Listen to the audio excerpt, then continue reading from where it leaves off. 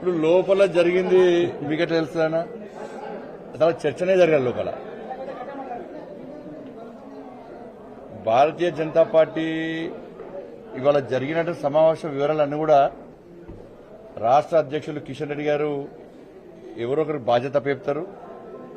జరిగిన విషయాలన్నీ కూడా వాళ్ళు మీడియాకు స్పష్టం చేసే ప్రయత్నం చేస్తారు. ఆ బాధ్యత నాది కాదు. ఈరోజు భారతీయ జనతా పార్టీ ఏ సమావేశం నిర్వహించినా కూడా రాబోయే రోజుల్లో పార్టీని ఏ విధంగా ముందు తీసుకుపోవాలి, పార్లమెంట్ ఎన్నికల్లో భారతీయ జనతా పార్టీ అత్యధిక స్థానాలు ఏ విధంగా గెలిపించుకోవాలని చర్చ జరుగుతుంది తప్ప వేరే విషయాల గురించి చర్చ జరగదు. దాంతో ఆ విషయాలు చర్చించి మేము టైం వేస్ట్ చేసుకోము.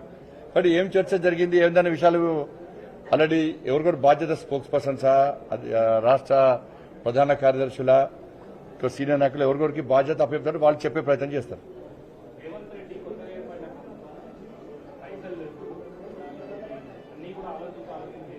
ఇప్పుడు ఒక్కటి గుర్తు, తెలంగాణ రాష్ట్రం అప్పుల పాలైందని చెప్పి కాంగ్రెస్ పార్టీ ఎన్నికల సందర్భంగా ప్రచారం చేసింది.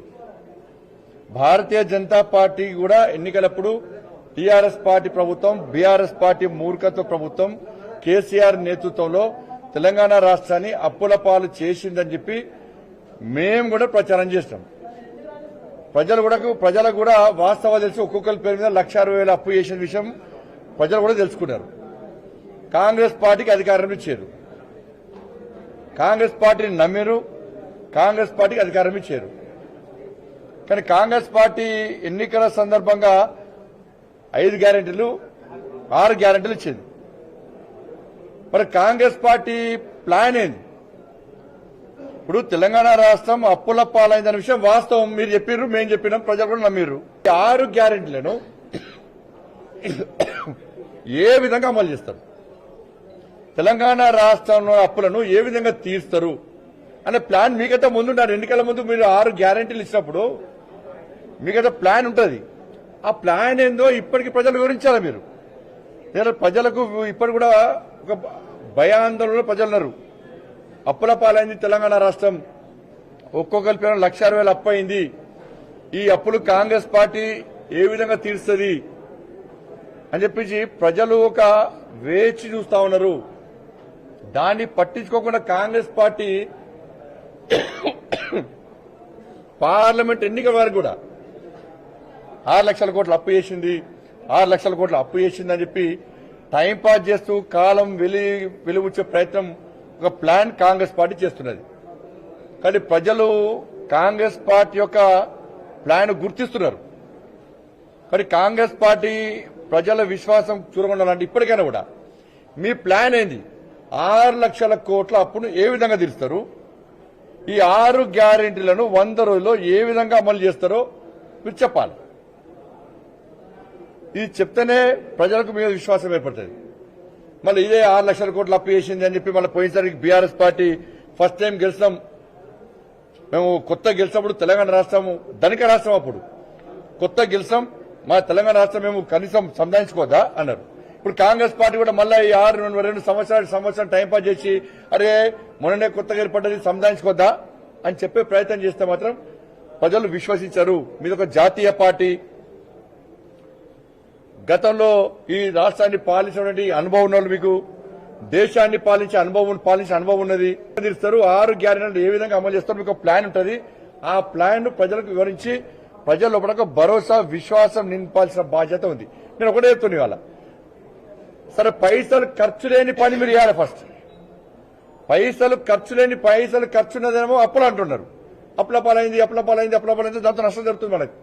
అప్పులు ఏ విధంగా తీరుస్తారో మీరు చెప్తే పెట్టుబడులు వస్తాయి. అప్పులు ఏ విధంగా తీరుస్తారో మీ ప్లాన్ బహిరంగపరిస్తే పెట్టుబడులు వస్తాయి, ప్రజలకు ఒక భరోసా విశ్వాసం ఏర్పడుతుంది. పోనీ అప్పులు పక్కకు పెట్టి అప్పులు కానీ ఖర్చు లేని పనులు చేస్తున్నారంటే అది చేస్తలేరు.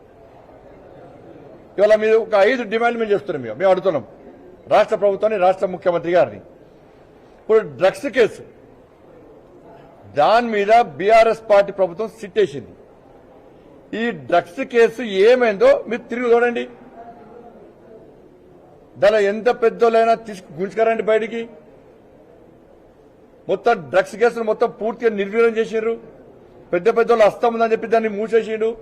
రాష్ట్ర అప్పుడు మాజీ ముఖ్యమంత్రి కేసీఆర్ ఒక్క వారం రోజులు మొత్తం ఏగా ఊగదంపుడు ఉపన్యాసాలు ఇచ్చాడు. టీవీలలో బ్రేకింగ్లు మొత్తం తెలంగాణ ప్రజలు మొత్తం షేక్ అయిపోయారు.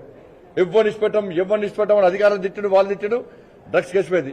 అధ్యాయాల బయటికి వాళ్ళ ఇంటర్మీడియట్ విద్యార్థులు, చాలా మంది ఇంటర్మీడియట్ విద్యార్థులు గ్లోబరీనా అనే మూర్ఖత్వ సంస్థ వల్ల,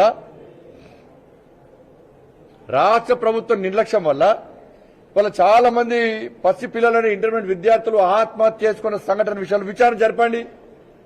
దానిలో కేసీఆర్ కుటుంబ సభ్యుల హస్తం ఉంది. అలా గ్లోబరీనా సంస్థ వెనుక ఎవరున్నారు? ఎవరి బినామీ సంస్థ? డ్రగ్స్ కేసు మూసేయడానికి కారకులు ఎవరు? గ్లోబరీనా ఇంటర్మీడియట్ విద్యార్థుల విచారణను మూసేసడానికి కారకులు ఎవరు? పట్టుకరండి వాళ్ళను. టీఎస్పీఎస్సీ పేపర్ లీకేజ్ విషయంలో ఎందుకు విచారణ మళ్ళీ కొనసాగిస్తలేరు మీరు? లీకేజ్ కారకులు ఎవరు పిఎల్ ఉన్నారు? టీఎస్పీఎస్సీ కేసును నిర్వీర్యం చేసింది ఎవరు? నిర్వీర్యం చేసే వ్యక్తులను కూడా మీరు విచారణ జరపాలి. 317 జీవోను సవరించరా? చెట్టుకోరు పుట్టకోరై ఇప్పటి కూడా ఉద్యోగస్తులు ఇబ్బంది పడుతున్నారు. వాళ్ళ ఉపయోగం తీసుకోండి. దానివల్ల లాభపడితే వాళ్ళని కొనసాగించండి, సవరించండి వాడిని. ఇవాళ ఇప్పటి కూడా చాలా మంది ఉద్యోగస్తులు, ఉపాధ్యాయులు అందరూ కూడా ఇబ్బంది పడుతున్నారు 317 జీవో వల్ల. దాన్ని మీరు సవరిస్తారా? ఖర్చు లేని పని అంత